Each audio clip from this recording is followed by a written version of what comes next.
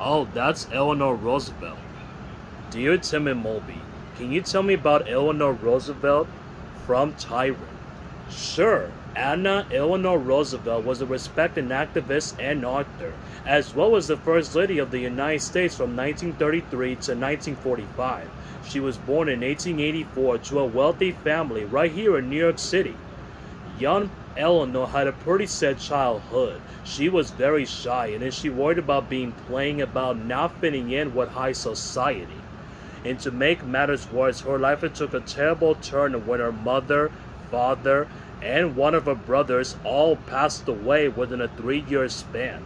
Roosevelt was devastated. She became an orphan at age 10. Well, she went to live with her grandma, who eventually sent her to all-girls school near London, England. And it was there that Roosevelt first started it, feeling comfortable in her own skin. She made lots of friends, and her teachers encouraged her to ask questions and voice her opinions, and she had many. But one thing, Roosevelt thought that it was unfair that some people should have so much while others had so little. When she returned to New York, she became a social worker and taught classes to poor children. And around the time she started hanging out with her cousin, Franklin, the two fell in love and were married in 1905. Exactly, Eleanor's uncle was none more than Theodore Roosevelt, the sitting president of the United States at the time.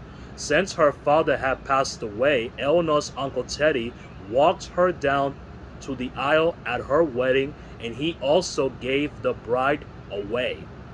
Afterwards, she concentrated on raising a family while Franklin worked.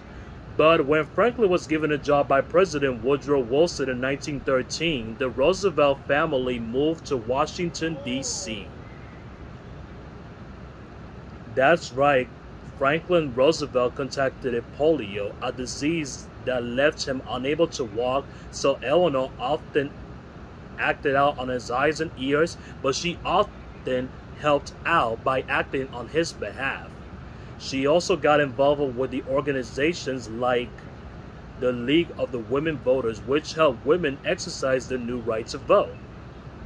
And she continued to be campaigning for American workers, fighting for higher wages, a shorter work week, and protections against child labor. These activities made her one of the most recognized and political figures in the New York State, and it helped her husband to get elected and governor in 1928. And when he was nominated for president in 1932, Eleanor assisted it on the campaign trail. The country was even in the middle of the Great Depression, and an economic turndown that had published many Americans. Well, Eleanor much became an independent of Franklin, and with the country desperate for a new direction, Franklin easily defeated its sitting president, Herbert Hoover. Actually, Eleanor wasn't sure what her role would be.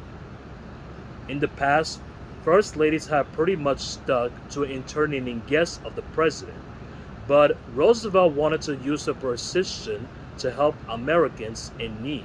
She even wrote a daily newspaper column and magazine articles on topics like poverty, education, and changing roles of women in society.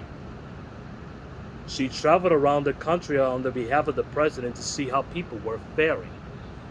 And it broke Eleanor's heart to see so many citizens living in poverty and working in unsafe conditions. And as much as possible, Roosevelt helped the people that she met to get access to jobs, homes, health care, and education.